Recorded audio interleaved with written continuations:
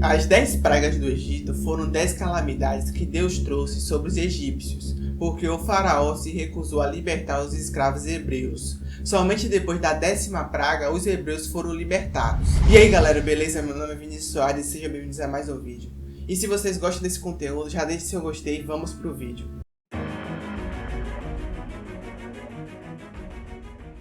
As 10 pragas foram o meio encontrado por Deus para convencer o faraó a libertar os israelitas. Ao ver o dano que eles causavam à agricultura, ao gado e aos egípcios, o faraó aceitava libertar o povo hebreu. No entanto, assim que eles terminavam, ele voltava atrás. Por isso, as pragas se prolongaram até a morte dos primogênitos egípcios. As 10 pragas foram narradas em forma de poemas oriundos das tradições orais das tribos de Israel. No sentido mais amplo, conta a batalha entre o poder do Deus hebreu e os deuses egípcios. De um lado temos a Moisés e seu irmão Arão. De outro, o faraó e seus sacerdotes, que tentam repetir as pragas através de suas artes. A partir deste episódio, os israelitas tomaram consciência do poder do seu Deus. Foi instituída a Páscoa e começou a longa travessia pelo deserto rumo a Israel. Posteriormente, os cristãos deram um novo significado à Páscoa judaica, ao identificá-la como a ressurreição de Cristo. Então, a seguir, eu vou listar as 10 pragas.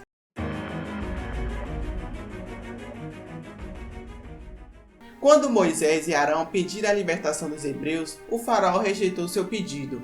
Então Deus tornou a água do rio Nilo em sangue.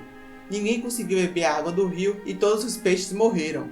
Mas os magos do faraó também conseguiram transformar a água em sangue, e o faraó não libertou os hebreus. Essa praga foi um grande golpe para o Egito. O rio Nilo representava a vida do país, porque todo o seu sustento dependia dele. Os egípcios adoravam o rio, mas agora se tinha tornado um lugar de morte.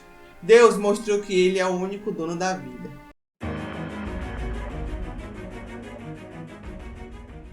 Deus mandou Arão estender sua vara sobre as águas do Egito, e rãs subiram, cobrindo toda a terra. Mas os magos do faraó também conseguiram trazer sapos sobre a terra. Para os egípcios, a rã era associada à deusa da fertilidade. As rãs apareciam mais na época da cheia do rio Nilo, mas nunca tinham aparecido tantas rãs assim. Em vez de ser um símbolo de bênção, Deus transformou a rã em um grande problema e novamente humilhou os deuses do Egito.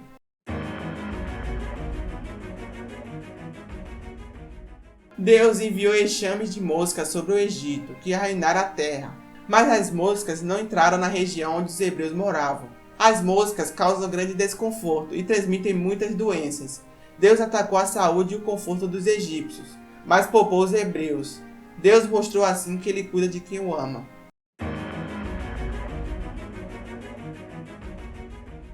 Deus mandou Arão ferir o pó com sua vara e surgiram piolhos, ou pulgas, ou outro bicho parecido, sobre as pessoas e os animais em toda a terra. Dessa vez os magos não conseguiram fazer o mesmo e reconheceram a ação de Deus. A Bíblia diz que os piolhos surgiram do pó, por ordem de Deus. A própria terra se virou contra os egípcios. Deus mostrou que ele é o dono de toda a terra.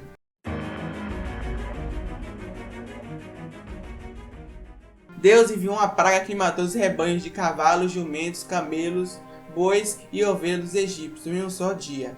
O faraó investigou e descobriu que nenhum animal dos hebreus tinha morrido. Os rebanhos eram a fonte principal de carne na dieta dos egípcios, além de bens essenciais, como leite, couro e lã. Alguns deuses egípcios importantes tinham caráter de bois. Com essa praga, Deus atacou a economia do Egito.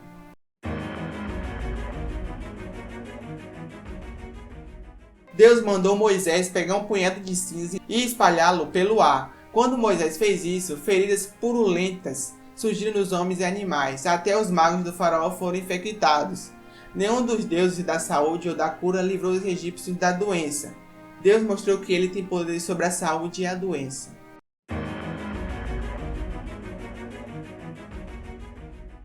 Moisés avisou ao faraó que Deus iria mandar a pior tempestade de granizo de todos os tempos sobre o Egito. Alguns dos conselheiros do faraó ouviram o aviso e abrigaram seus escravos e rebanhos antes da tempestade. Mas todos que ficaram no campo morreram com a força do granizo, junto com as plantas. Com a tempestade de granizo, Deus humilhou os deuses egípcios da colheita e do clima.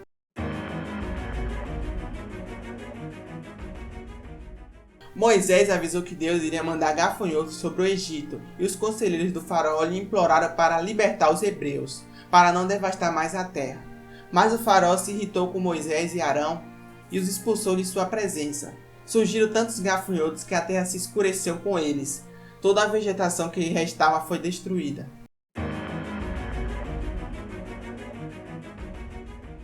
Deus mandou Moisés estender a mão para o céu e trevas densas cobriram o Egito durante 3 dias. Ninguém podia ver nem fazer mais nada. Apenas os israelitas tinham luz. Os faraós eram considerados descendentes do Deus do Sol. Esse foi um ataque direto ao faraó e todo o seu poder. Durante 3 dias, o faraó esteve incapacitado pela falta de luz.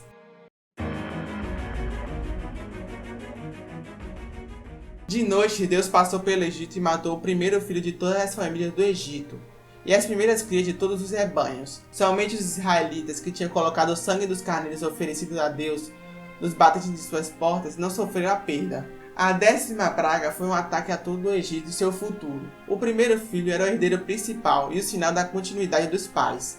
Deus mostrou que ele tem o poder até sobre a vida e o futuro.